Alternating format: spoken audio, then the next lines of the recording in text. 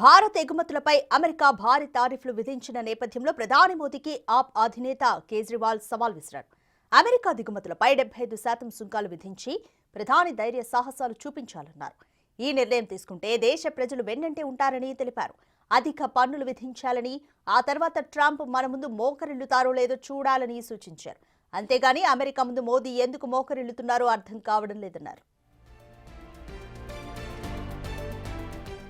America cotton దిగుమతులపై 2025 December 31 వరకు 11% excise డ్యూటీని మినహాయిస్తూ Modi ప్రభుత్వం తీసుకున్న నిర్ణయాన్ని కేజ్రీవాల్ తప్పుపట్టారు. ఈ చర్యతో స్థానిక రైతులు ప్రతికూల పరిణామాలు ఎదుర్కొంటారని, అమెరికా రైతులు సంపన్నులవుతారని అన్నారు. అమెరికా కాటన్ ఇక్కడకు వస్తే ఇక్కడి రైతులకు మార్కెట్లో 900 కంటే తక్కువ వస్తోందని, అమెరికాలో రైతులు సంపన్నులవుతారని, గుజరాత్ రైతులు పేదలుగా మారతారని అన్నారు.